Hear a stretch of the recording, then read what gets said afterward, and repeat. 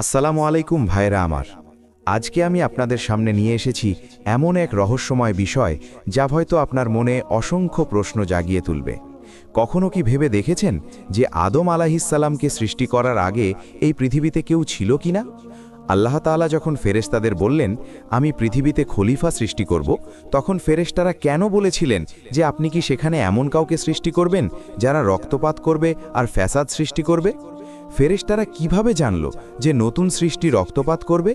তারা কি আগে এমন কিছু দেখেছিলেন?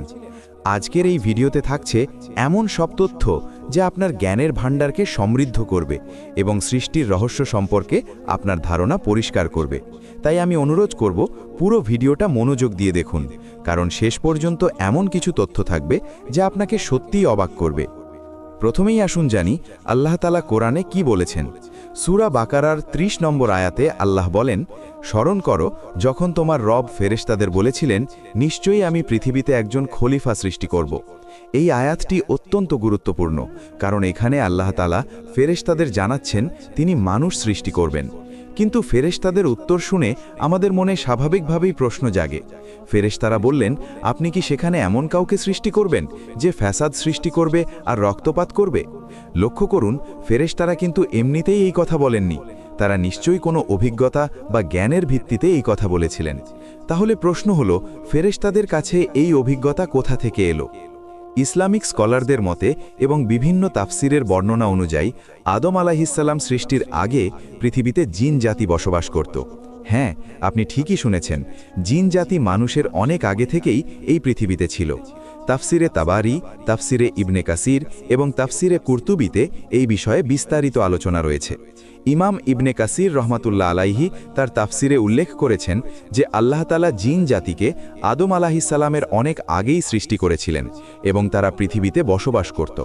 এই জিনেরা ছিল ভয়ঙ্কর শক্তিশালী এবং তাদের মধ্যে অনেক দল উপদল ছিল, কিন্তু সময়ের সাথে সাথে তারা আল্লাহর অবাধ্য হয়ে গেল, পৃথিবীতে ফ্যাসাদ ছড়াতে লাগলো এবং একে অপরের রক্তপাত শুরু করল। এখন প্রশ্ন আসতে পারে, জিন জাতি কিভাবে সৃষ্টি হয়েছিল? কোরআনে আল্লাহ তাআলা স্পষ্টভাবেই বলেছেন। সূরা আর রহমানের ১৫ নম্বর আয়াতে বলা হয়েছে, এবং তিনি জিনকে সৃষ্টি করেছেন ধোঁয়াবিহীন আগুন থেকে। আর সূরা হিজরের ২৭ নম্বর আয়াতে আল্লাহ বলেন, এবং জিনকে আমি পূর্বে সৃষ্টি করেছি উত্তপ্ত লু হাওয়ার আগুন থেকে। তাহলে স্পষ্ট হয়ে যাচ্ছে যে জিন জাতি আগুন থেকে সৃষ্টি এবং তারা মানুষের আগেই সৃষ্ট হয়েছিল। মানুষকে যেমন মাটি থেকে সৃষ্টি করা হয়েছে, তেমনি জিনদেরকে আগুন থেকে সৃষ্টি করা হয়েছে। এবার আসুন আরও গভীরে যাই। বিভিন্ন তাফসিরে বলা হয়েছে যে জিন জাতি পৃথিবীতে প্রায় ২০০০ বছর বসবাস করেছিল। কিছু কিছু বর্ণনায় এই সময়কাল আরও বেশি উল্লেখ করা হয়েছে। তারা পৃথিবীতে নানা রকম সভ্যতা গড়ে তুলেছিল। তাদের মধ্যে শাসক ছিল, রাজ্য ছিল, যুদ্ধবিগ্রহ হতো। ইবনে আবি হাতিম তার তাফসিরে ইবনে আব্বাস রাদিয়াল্লাহু আনহু থেকে বর্ণনা করেছেন যে জিনেরা পৃথিবীতে ফাসাদ সৃষ্টি করল এবং অন্যায় অবিচার করতে লাগল। তারা একে অপরের রক্তপাত করতে শুরু করল।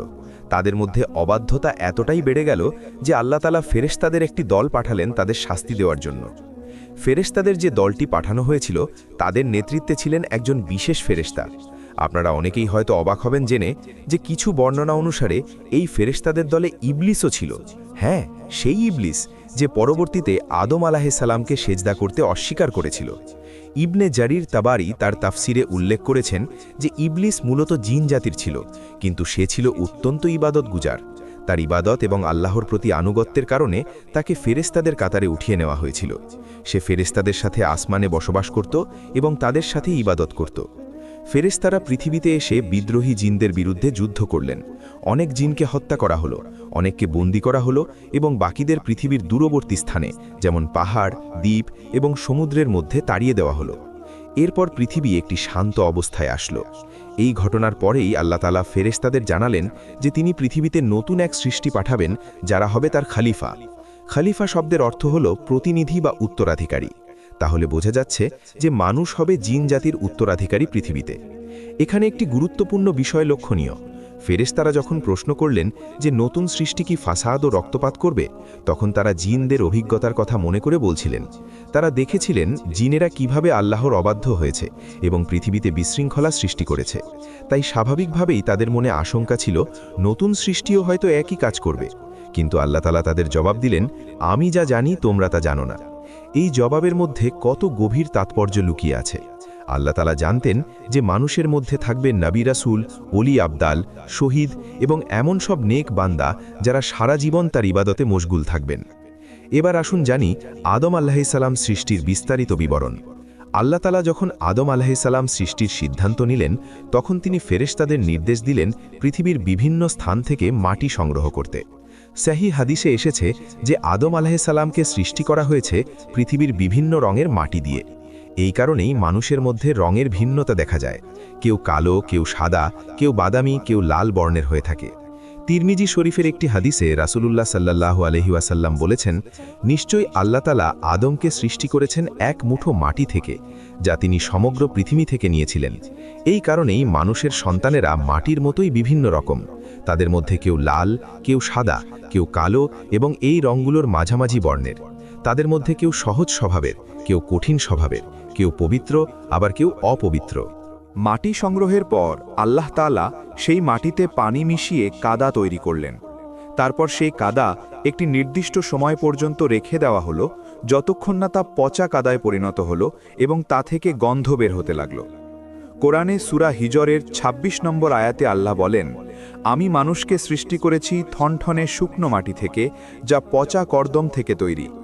তারপর সেই পচা কাদা শুকিয়ে মাটির পুতুমের মতো শক্ত হয়ে গেল। সেই মূর্তির আকৃতি ছিল মানুষের মতো। ফেরেশতারা সেই মূর্তিটি দেখে অবাক হতেন এবং ভাবতেন আল্লাহ এটা দিয়ে কি করবেন।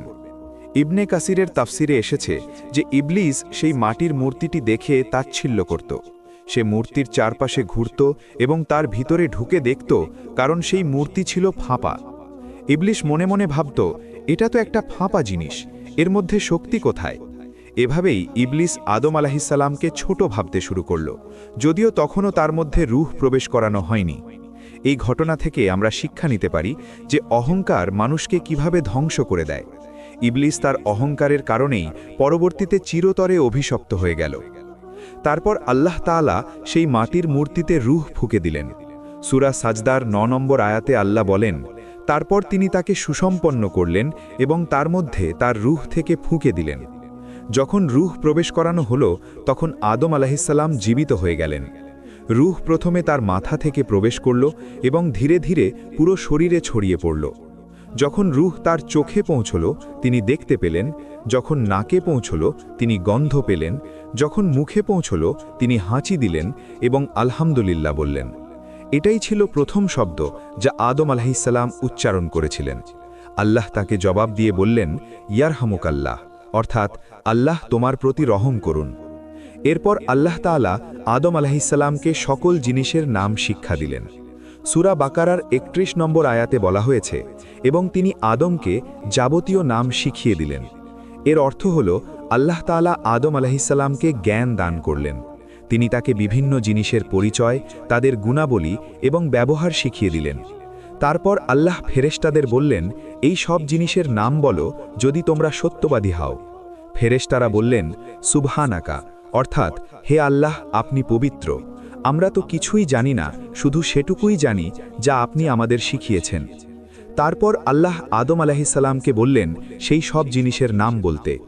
আদম আলাইহিসসালাম সব জিনিসের নাম বললেন এবং এভাবে ফেরেশতাদের সামনে প্রমাণিত হল যে আল্লাহ তাআলা মানুষকে বিশেষ মর্যাদা দিয়ে সৃষ্টি করেছেন। এরপর আসলো সেই ঐতিহাসিক মুহূর্ত যখন আল্লাহ তাআলা সকল ফেরেশতাকে আদম আলাইহিসসালামকে সেজদা করার নির্দেশ দিলেন। এখানে একটি বিষয় পরিষ্কার করা দরকার যে এটা ইবাদতের সেজদা নয়, বরং সম্মান প্রদর্শনের সেজদা ছিল। সকল ফেরেশতা আল্লাহর নির্দেশ মেনে আদম আলাইহিসসালামকে সেজদা করলেন, কিন্তু ইবলিস অস্বীকার করল। সূরা বাকারার ৩৪ নম্বর আয়াতে আল্লাহ বলেন, এবং যখন আমি ফেরেশতাদের বললাম আদমকে সেজদা করো, তখন তারা সেজদা করল, কিন্তু ইবলিস অস্বীকার করল এবং অহংকার করল, এবং সে কাফিরদের অন্তর্ভুক্ত হয়ে গেল। আল্লাহ ইবলিসকে জিজ্ঞাসা করলেন, তুমি সেজদা করলে না কেন? ইবলিস জবাব দিল, আমি তার চেয়ে উত্তম।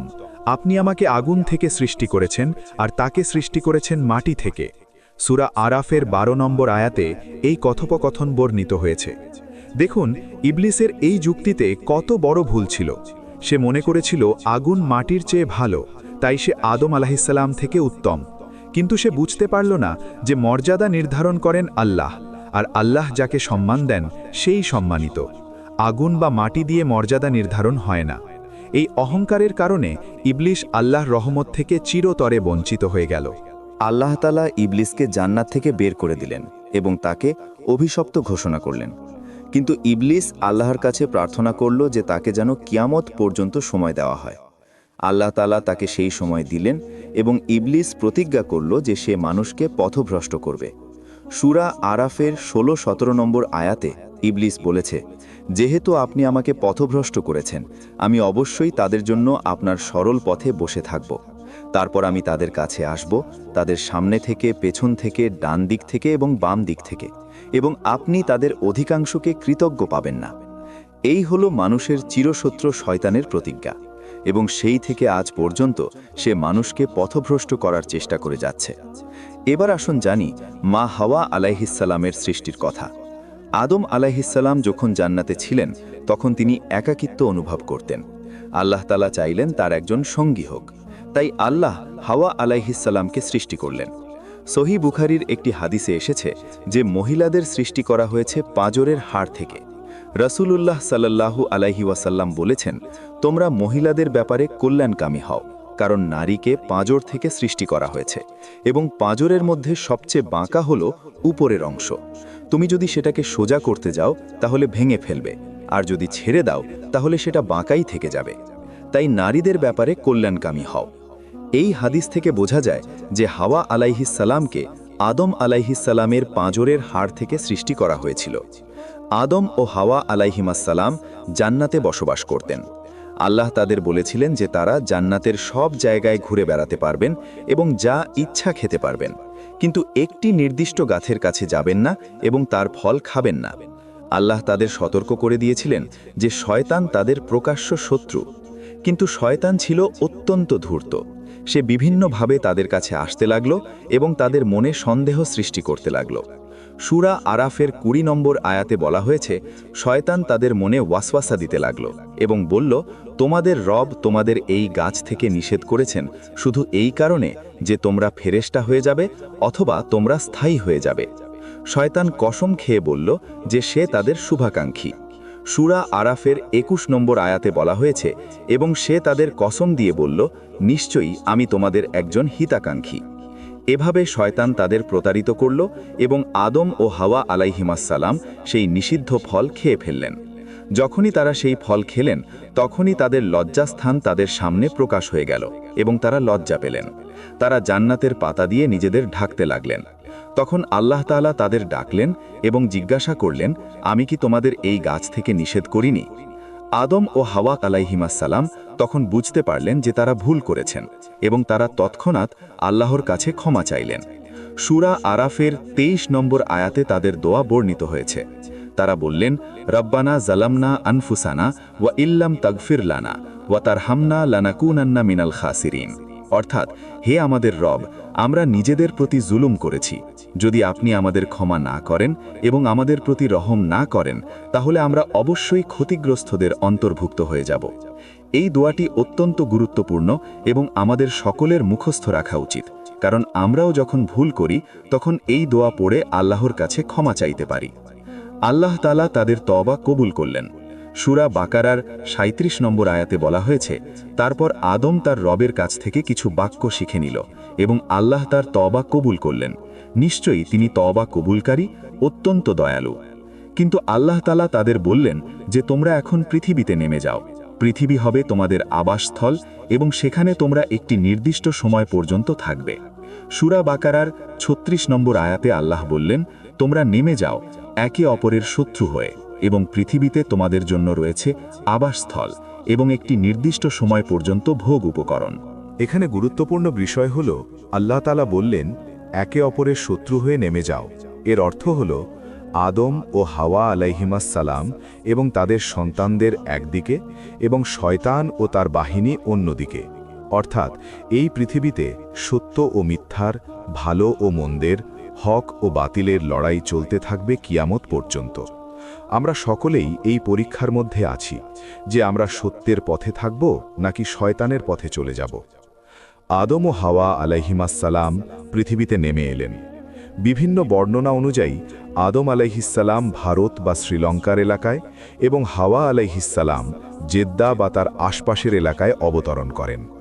তারা প্রথমে আলাদা ছিলেন এবং পরে আরাফাতের ময়দানে মিলিত হন। এই কারণেই সেই স্থানের নাম আরাফাত, যার অর্থ পরিচিত হওয়ার স্থান। হাজিরা যখন আরাফার ময়দানে অবস্থান করেন তখন মূলত তারা আদম ও হাওয়া আলাইহিমাস সালাম এর সেই ঐতিহাসিক মিলনের স্থানে দাঁড়িয়ে থাকেন। পৃথিবীতে এসে আদম আলাইহিসসালাম খুবই কষ্ট পেলেন।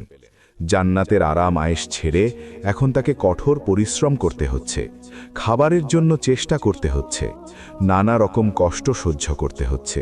কিন্তু আল্লাহ তাআলা তাকে একা ছেড়ে দেননি। আল্লাহ তাআলা তাকে নবুয়ত দান করলেন এবং তার সন্তানদের মধ্যে সত্য ধর্ম প্রচার করার দায়িত্ব দিলেন। আদম আলাইহিসসালাম ছিলেন প্রথম মানুষ এবং প্রথম নবী। আদম ও হাওয়া আলাইহিমাসসালামের সন্তান হতে শুরু করল। প্রতিবার হাওয়া আলাইহিসসালামের যমজ সন্তান জন্ম হতো, একটি ছেলে এবং একটি মেয়ে। পরবর্তীতে আল্লাহর বিধান অনুযায়ী একটি জোড়ার ছেলে আরেক জোড়ার মেয়েকে বিয়ে করত। এভাবেই মানব বংশ বিস্তার শুরু হলো। তাদের প্রথম দুই ছেলে ছিল হাবিল ও কাবিল। তাদের কাহিনী কুরআনে বিস্তারিত বর্ণিত হয়েছে সূরা মাইদায়। এই কাহিনী থেকে আমরা জানতে পারি যে পৃথিবীতে প্রথম হত্যাকাণ্ড ঘটিয়েছিল কাবিল, যে তার নিজের ভাইকে হত্যা করেছিল। কাবিল ছিল অহংকারী এবং নাফরমান, হাবিল ছিল বিনয়ী এবং আল্লাহ ভীরু। তাদের দুজনকেই আল্লাহর জন্য কুরবানি করতে বলা হলো। হাবিল তার সবচেয়ে ভালো প্রাণীটি কুরবানি দিল, আর কাবিল দিল নিম্নমানের একটি ফসল। আল্লাহ তাআলা হাবিলের কুরবানি কবুল করলেন, কিন্তু কাবিলের কুরবানি কবুল করলেন না। এতে কাবিল ক্রোধান্বিত হয়ে তার ভাইকে হত্যার হুমকি দিল। হাবিল তাকে বলল, তুমি যদি আমাকে হত্যা করার জন্য হাত বাড়াও, তবুও আমি তোমাকে হত্যা করার জন্য হাত বাড়াবো না। আমি বিশ্বজগতের প্রতিপালক আল্লাহকে ভয় করি। কিন্তু কাবিল তার ভাইকে হত্যা করে ফেলল এবং এভাবে সে ক্ষতিগ্রস্তদের অন্তর্ভুক্ত হয়ে গেল। হত্যার পর কাবিল বুঝতে পারল না লাশ নিয়ে কি করবে। তখন আল্লাহ তাআলা একটি কাক পাঠালেন, যে মাটি খুঁড়ে তার মৃত সাথীকে কবর দিচ্ছিল। কাবিল সেটা দেখে বলল, হায় আফসোস, আমি কি এই কাকের মতো হতে পারলাম না যে আমার ভাইয়ের লাশ কবর দিতে পারতাম। তারপর সে মাটি খুঁড়ে তার ভাইকে কবর দিল। এই ঘটনা থেকে আমরা শিখি যে হিংসা, অহংকার এবং আল্লাহর অবাধ্যতা মানুষকে কত বড় অন্যায়ের দিকে নিয়ে যেতে পারে। একজন ভাই তার নিজের ভাইকে হত্যা করতে পারে এই অন্ধকারের কারণে। আদম আলাইহিসসালাম দীর্ঘ জীবন পেয়েছিলেন। বিভিন্ন বর্ণনা অনুযায়ী তিনি প্রায় 1000 বছর জীবিত ছিলেন। তার জীবদ্দশায় তার অসংখ্য সন্তান এবং বংশধর হয়েছিল এবং পৃথিবীতে মানব সংখ্যা বৃদ্ধি পেতে শুরু করে। আদম আলাইহিসসালাম তার সন্তানদের আল্লাহর ইবাদত শিখিয়েছিলেন। তাদের শিখিয়েছিলেন কিভাবে চাষাবাদ করতে হয়, কিভাবে ঘরবাড়ি বানাতে হয়, কিভাবে পরিবার গঠন করতে হয়। তিনি ছিলেন মানবজাতির পিতা এবং প্রথম শিক্ষক। আদম আলাইহিসসালামের মৃত্যুর পর তার সন্তানরা তার শিক্ষা ভুলতে শুরু করল। ধীরে ধীরে মানুষ আল্লাহর পথ থেকে বিচ্যুত হতে শুরু করল। কিছু মানুষ সৎ পথে থাকল, আর কিছু মানুষ শয়তানের অনুসারী হয়ে গেল। এই কারণেই আল্লাহ তাআলা যুগে যুগে নবী রাসূল পাঠিয়েছেন মানুষকে সঠিক পথে ফিরিয়ে আনার জন্য। নূহ আলাইহিসসালাম, ইব্রাহিম আলাইহিসসালাম, মুসা আলাইহিসসালাম, ঈসা আলাইহিসসালাম এবং সর্বশেষ আমাদের প্রিয় নবী মুহাম্মদ সাল্লাল্লাহু আলাইহি ওয়াসাল্লাম সকলেই এসেছেন একই বাণী নিয়ে, যে এক আল্লাহর ইবাদত করো এবং তার সাথে কাউকে শরীক করো না। এখন আসুন ভেবে দেখি এই সৃষ্টির ইতিহাস আমাদের কি শিক্ষা দেয়। প্রথম শিক্ষা হলো আল্লাহ তাআলাই একমাত্র স্রষ্টা এবং তিনি সব কিছু সৃষ্টি করেছেন তার ইচ্ছা অনুযায়ী। আমরা মানুষ হিসেবে তার সৃষ্টির সেরা জীব, কিন্তু এই মর্যাদা আমাদের অহংকারী হওয়ার জন্য নয়, বরং বিনয়ী হওয়ার জন্য এবং কৃতজ্ঞ হওয়ার জন্য। দ্বিতীয় শিক্ষা হলো শয়তান আমাদের চিরশত্রু এবং সে সর্বদা আমাদের পথভ্রষ্ট করার চেষ্টা করছে। আদম আলাইহিসসালাম, যিনি জান্নাতে ছিলেন এবং সরাসরি আল্লাহর সাথে কথা বলেছিলেন, তিনিও শয়তানের ধোকায় পড়েছিলেন। তাহলে আমাদের কত সতর্ক থাকা উচিত। তৃতীয় শিক্ষা হলো আল্লাহ তাআলা অত্যন্ত ক্ষমাশীল এবং দয়ালু। আদম আলাইহিসসালাম যখন ভুল করলেন এবং তওবা করলেন, আল্লাহ তাকে ক্ষমা করে দিলেন। এর থেকে আমরা শিখি যে আমরা যতই পাপ করি না কেন, যদি আমরা সত্যিকারের তওবা করি তাহলে আল্লাহ তাআলা আমাদের ক্ষমা করে দেবেন। চতুর্থ শিক্ষা হলো, এই পৃথিবী হলো পরীক্ষার স্থান। আমরা এখানে সাময়িকভাবে আছি এবং একদিন আমাদের সবাইকে আল্লাহর কাছে ফিরে যেতে হবে। তাই এই সাময়িক জীবনে আমাদের উচিত আল্লাহর আনুগত্য করা এবং সৎ পথে চলা, যাতে আমরা চিরস্থায়ী জান্নাত লাভ করতে পারি। পঞ্চম শিক্ষা হলো, হিংসা এবং অহংকার মানুষকে ধ্বংস করে দেয়। ইবলিস ধ্বংস হয়েছিল অহংকারের কারণে এবং কাবিল তার ভাইকে হত্যা করেছিল হিংসার কারণে। আমাদের উচিত সব সময় বিনয়ী থাকা এবং অন্যের প্রতি ভালোবাসা এবং সহানুভূতি রাখা। ষষ্ঠ শিক্ষা হল, আল্লাহর জ্ঞান অসীম।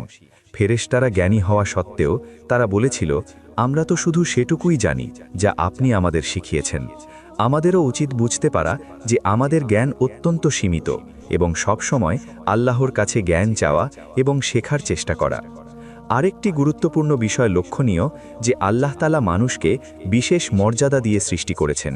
তিনি মানুষকে দিয়েছেন জ্ঞান, বুদ্ধি এবং বিবেক। তিনি মানুষকে দিয়েছেন ভালো মন্দ পার্থক্য করার ক্ষমতা। এই ক্ষমতার সাথে এসেছে দায়িত্ব। আমরা আমাদের কাজের জন্য দায়বদ্ধ এবং কিয়ামতের দিন আমাদের সব কাজের হিসাব দিতে হবে। ফেরেশতাদের কোনো স্বাধীন ইচ্ছা নেই, তারা শুধু আল্লাহর আদেশ পালন করে। জিনদের স্বাধীন ইচ্ছা আছে, কিন্তু তাদের অনেকেই সেই ইচ্ছার অপব্যবহার করেছে। মানুষকেও স্বাধীন ইচ্ছা দেওয়া হয়েছে এবং এটাই আমাদের পরীক্ষা যে আমরা সেই ইচ্ছাকে সঠিক পথে ব্যবহার করব নাকি ভুল পথে। জিন জাতি সম্পর্কে আরও বলতে হয় যে তারা আজও পৃথিবীতে বিদ্যমান। কোরআনে জিনদের সম্পর্কে একটি পুরো সূরা নাজিল হয়েছে যার নাম সূরা জিন। এই সূরায় বলা হয়েছে যে জিনদের মধ্যেও মুসলিম আছে এবং কাফিরও আছে। কিছু জিন রাসূলুল্লাহ সাল্লাল্লাহু আলাইহি ওয়াসাল্লামের কোরআন তেলাওয়াত শুনে ইসলাম গ্রহণ করেছিল এবং তারা তাদের সম্প্রদায়ের কাছে গিয়ে ইসলামের দাওয়াত দিয়েছিল। জিনরাও আমাদের মতো পরীক্ষার মধ্যে আছে এবং তাদেরও কিয়ামত হবে এবং তাদেরও জান্নাত জাহান্নাম হবে। এই পুরো ইতিহাস থেকে আমরা বুঝতে পারি যে সৃষ্টি জগৎ কত বিশাল এবং বৈচিত্র্যময়। আল্লাহ তাআলা শুধু মানুষ সৃষ্টি করেননি, তিনি সৃষ্টি করেছেন ফেরেশতা, জিন, প্রাণী, উদ্ভিদ এবং অসংখ্য সৃষ্টি যার সম্পর্কে আমরা জানিও না।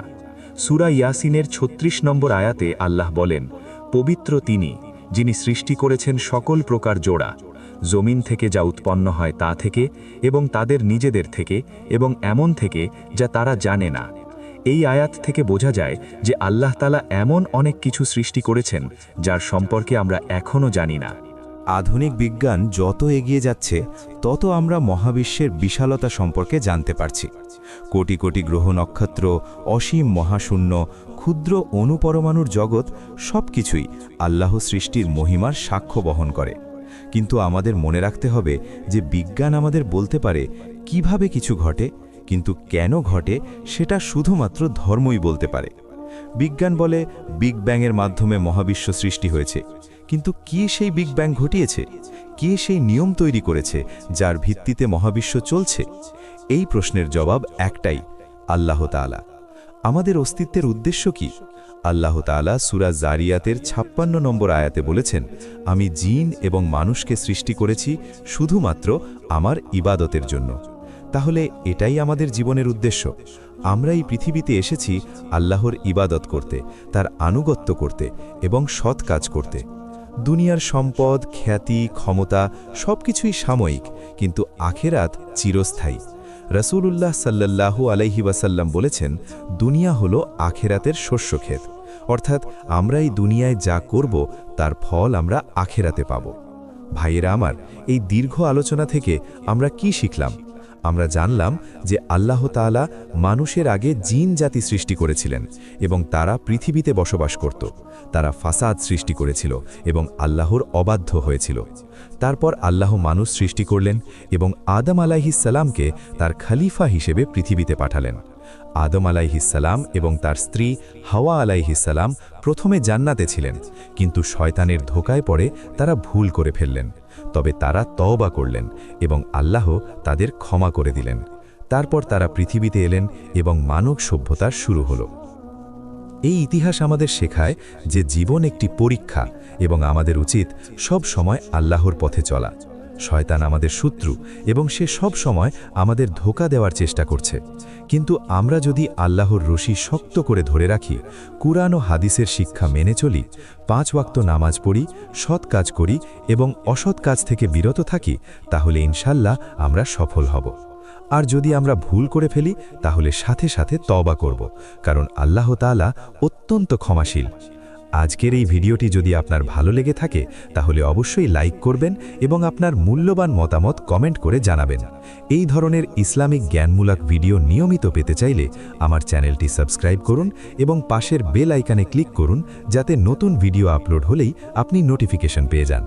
ভিডিওটি শেয়ার করে আপনার বন্ধু এবং পরিবারের সবার কাছে পৌঁছে দিন, যাতে তারাও এই গুরুত্বপূর্ণ বিষয় সম্পর্কে জানতে পারে। পরবর্তী ভিডিওতে আমি আপনাদের সামনে নিয়ে আসব আরও রহস্যময় এবং জ্ঞানমূলক বিষয়। আমরা জানব নূহ আলাইহিসসালামের মহাপ্লাবনের ঘটনা, কিভাবে সারা পৃথিবী পানিতে ডুবে গিয়েছিল এবং কিভাবে মানব সভ্যতা আবার নতুন করে শুরু হয়েছিল। এছাড়া থাকবে কিয়ামতের আলামত এবং শেষ জামানার ফিতনা সম্পর্কে বিস্তারিত আলোচনা। তাই পরবর্তী ভিডিও মিস করতে না চাইলে এখনই চ্যানেলটি সাবস্ক্রাইব করে ফেলুন। আল্লাহ তাআলা আমাদের সবাইকে সঠিক পথে চলার তৌফিক দান করুন, আমাদের ঈমান ইয়াকিন বৃদ্ধি করুন এবং আমাদের সবাইকে জান্নাতুল ফিরদাউস দান করুন। আমিন। আসসালামু আলাইকুম ওয়া রাহমাতুল্লাহি ওয়া বারাকাতুহু।